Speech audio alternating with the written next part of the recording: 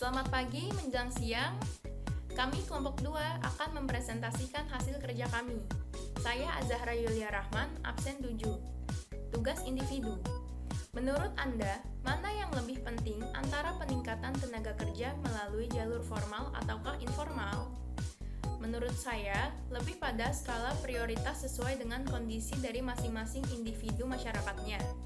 Contoh, seorang yang tamat SMA atau SMK yang kondisi ekonominya menengah ke atas, sebaiknya mengambil kesempatan untuk masuk universitas.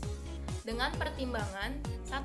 Ilmu akademis dan wawasan yang diberikan pendidikan formal lebih terstruktur dan terbukti membuka peluang untuk mengembangkan ilmu sesuai dengan minat dan cita-citanya. Dengan catatan, seorang calon mahasiswa harus siap untuk berkembang sesuai dengan ilmu yang dituntutnya. Karena banyak lulusan yang tidak siap pakai karena belajar hanya terpaku pada kewajiban untuk memenuhi kurikulum saja. Selanjutnya akan dilanjutkan oleh Najwa. Selamat siang, nama saya Najwa Sadar dari kelas 11 MIPA 4, absen 20. Saya akan melanjutkan jawaban dari Azahra. 2. Jenjang pendidikan formal memberi referensi yang pasti tentang peluang untuk mengaplikasikan ilmunya. Tentunya tergantung dari prestasi yang diraih nantinya. 3.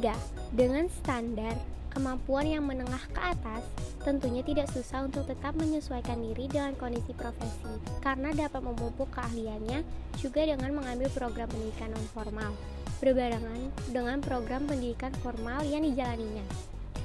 Sedangkan untuk ekonomi lemah dari tamatan SMA atau SMK, tentunya bukan tidak cocok untuk melanjutkan kuliah, tetapi akan lebih baik mengambil peluang untuk menambah keterampilan dari jenjang pendidikan informal yang berbasis keahlian, biasanya 1 sampai dengan 2 tahun. Kemudian terjun ke dunia kerja, tetapi dengan demikian dapat menambah kemampuan untuk kembali melanjutkan kuliah. Dan dengan level pekerjaan yang sudah dijalani selama 2-3 tahun, rasanya standarnya akan sama dengan tamatan kuliah yang baru masuk nantinya. Sekian, selanjutnya akan dibacakan oleh Rajan. Terima kasih. Selanjutnya adalah tugas aktivitas. Pertama-tama saya akan membacakan kasusnya dulu. Haryadi mengatakan dengan berkurangnya penyerapan tenaga kerja formal, maka kualitas tenaga kerja juga akan berkurang dibandingkan secara keseluruhan jumlah angkatan kerja. Hal ini terlihat dari output produktivitas rendah. Menurut Haryadi, peningkatan kualitas tenaga kerja tidak dapat dilakukan oleh perusahaan sendiri. Pemerintah harus mengambil porsi yang lebih besar apabila ada anggaran 20% APBN untuk pendidikan. Hasil penelitian USAID dan Bapena 2013 menunjukkan produktivitas tenaga kerja di Indonesia relatif rendah, tidak sebanding dengan kenaikan upah. Kenaikan unit labor cost atau ULC, kata dia, secara signifikan memukul pertumbuhan industri padat karya, mengakibatkan penurunan kapasitas produksi. Kenaikan ULC bagi industri padat modal membuat mereka beralih menggunakan teknologi tinggi.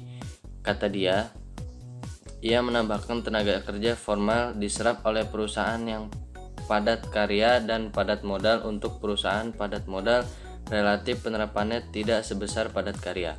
Sektor usaha padat karya mengalami kesulitan untuk berkembang karena faktor kebijakan pemerintah pusat dan daerah yang populis dilatar belakangi pertimbangan politis. Tekanan serikat pekerja, kenaikan biaya produksi yang signifikan, dan adanya persaingan global. Kebijakan yang sangat berpengaruh adalah upah minimum dan outsourcing serta peraturan ketenagakerjaan lainnya yang sangat rigid, kata dia. Dan BPS menunjukkan jumlah angkatan kerja per Agustus 2013 adalah 118,19 juta dan pengangguran terbuka sebesar 7,39 juta atau 6,25%. Pertanyaan yang pertama, apa permasalahan ketenagakerjaan pada bacaan di atas? Dari hasil analisis yang kami lakukan, permasalahannya adalah ketenagakerjaan pada bacaan di atas ialah produktivitas tenaga kerja di Indonesia relatif rendah, tidak sebanding dengan kenaikan upah serta kebijakan yang dibuat oleh pemerintah pusat maupun daerah mempengaruhi kesulitan berkembangnya sektor padat karya. Selamat siang, nama saya Alifan Kurnia, nomor absen 03, akan melanjutkan pertanyaan dari Rajan. yaitu bagaimana kualitas tenaga kerja Indonesia jika dibandingkan negara lain berdasarkan bacaan di atas. Tenaga kerja Indonesia relatif lebih rendah produktivitasnya dibandingkan dengan negara lain. Dengan kata lain, tenaga kerja di Indonesia kurang mempersiapkan SDM yang unggul dalam meningkatkan daya saing SDM yang ada di Indonesia terhadap tenaga kerja yang ada di negara lain. Selanjutnya akan dibacakan oleh Iris. Selamat siang, saya Riris Konawati, absen 30. Saya akan melanjutkan soal dari Alifan. Soal nomor 3, bagaimana peningkatan kualitas tenaga kerja yang dilakukan pemerintah untuk menghadapi persaingan global? Jawabannya, meningkatkan kualitas sumber daya manusia dengan cara 1. Menyelenggarakan pendidikan yang bertujuan membekali atau menambah keahlian, keterampilan, dan pengetahuan seseorang.